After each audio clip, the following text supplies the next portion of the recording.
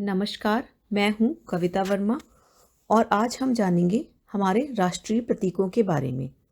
हमारे देश की एकता और भाईचारे की पहचान कुछ प्रतीक चिन्हों से भी होती है और यही चिन्ह राष्ट्रीय प्रतीक कहलाते हैं।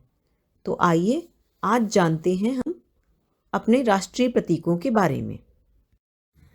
इस वीडियो से विद्यार्थी राष्ट्रीय प्रतीक के बारे में जानकारी प्राप्त कर सकेंगे।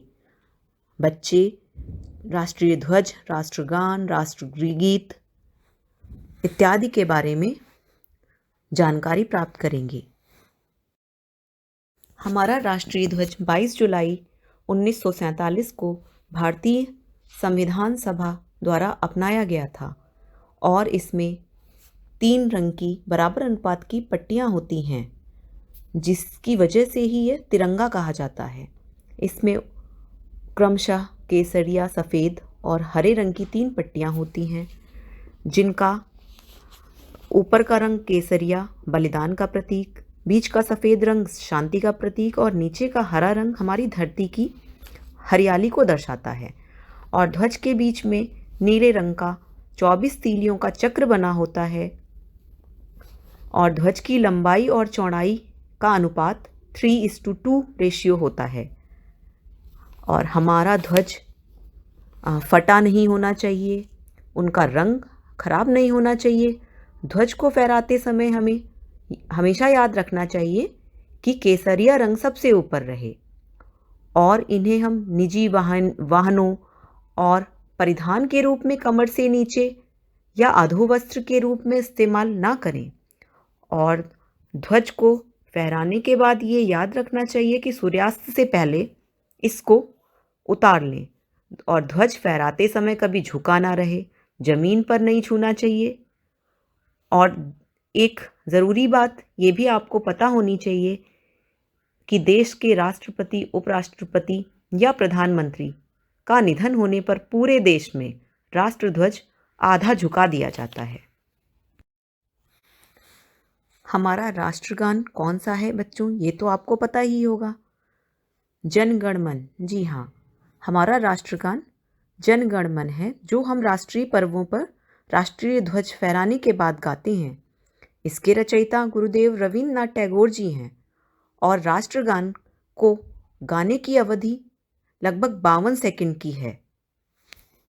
हमारे देश का राष्ट्रीय गीत वंदे मातरम है, जो बंकिम चंद्र चटर्जी जी के द्वारा 26 जनवरी 1950 में लिखा गया था एवं इसकी गायन अवधि 65 सेकंड की होती है और इसे जन गण मन के समान ही दर्जा प्राप्त है। यह गीत स्वतंत्रता संग्राम में जन जन का प्रेरणा स्रोत था। इसका प्रथम पद आइए साथ साथ दोहराते हैं। वंदे मातरम सुजलाम सुफलाम मलयज शीतलाम शस्य श्यामलाम मातरम वंदे मातरम। सुब्रजोत्सना पुलकित यामिनीं फुल्लकुसुमित द्रुमदल शोभिनीं सुहासिनीं सुमधुर भासिनीं सुखदां वरदां मातरं वंदे मातरं वंदे मातरम। बच्चों, ये कौन सा जानवर है? बाघ। जी हाँ, ये भारत का राष्ट्रीय पशु बाघ है।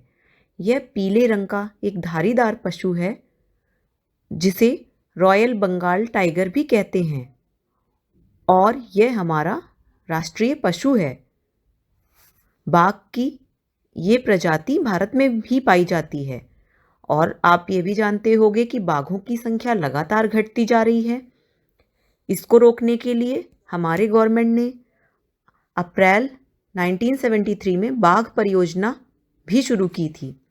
बाघ परियोजना के अंतर्गत देश में अब तक 50 बाघ अभयारण्य टाइगर रिजर्व बनाए गए हैं, जिनमें वो एक ऐसे वन क्षेत्र होते हैं जिनमें पशु पक्षियों का शिकार करना बिल्कुल मना होता है, जिससे इन पशु पक्षियों की रक्षा की जा सके। हमारे भारत का राष्ट्रीय पक्षी मोर है। इस रंग बिरंगे पक्षी की गर्दन लंबी होती है और इसके सिर पर पंखे की तरह की कलगी भी होती है, और इसका मादा की अपेक्षा नर मोर अधिक सुंदर होता है। उसकी गर्दन चमकीली नीली होती है और पूंछ लंबी और चमकीले हरे रंगों की पंख होते हैं। नर मोर अपने पंखों को फैलाकर आकर्षक नृत्य करता है। हमारा राष्ट्रीय पुष्प कमल है। यह एक पवित्र और बहुत ही सुंदर फूल होता है। इसका प्राचीन भारतीय कला और पुराणों में भी एक विशेष स्थान है। प्राचीन काल से ही कमल भारतीय संस्कृति का शुभ प्रतीक माना जाता रहा है। हमारा राज चिन्ह अशोक स्तंभ से लिया गया है, जो सारनाथ में स्थित है, और इस राज चिन्ह में 4 शेर होते हैं, जिन शेरों का मुंह पूरब, पश्चिम, उत्तर एवं दक्षिण दिशा की तरफ रहता है। इसके नीचे एक पट्टी होती है, बीच में एक चक्र होता है, और स्तंभ के नीचे देवनागरी लिपि में सत्यमेव जयते लिखा रहता है, जिसका अर्थ होता है कि सत्य की ही विजय होती है। इसको अशोक की लाट भी कहा जाता है। बच्चों, आज हमने पढ़ा हमारे राष्ट्रीय प्रतीकों के बारे में। आइए अब इसको एक बार पुनः दोहरा लेते हैं। हमारे देश का राष्ट्रगान क्या है? जी हाँ, जन गण मन। हमारे देश का राष्ट्रीय पशु कौन सा है? बिल्कुल सही, बाघ। हमारे देश का पक्षी कौन सा है? पक्षी मतलब चिड़िया, मोर।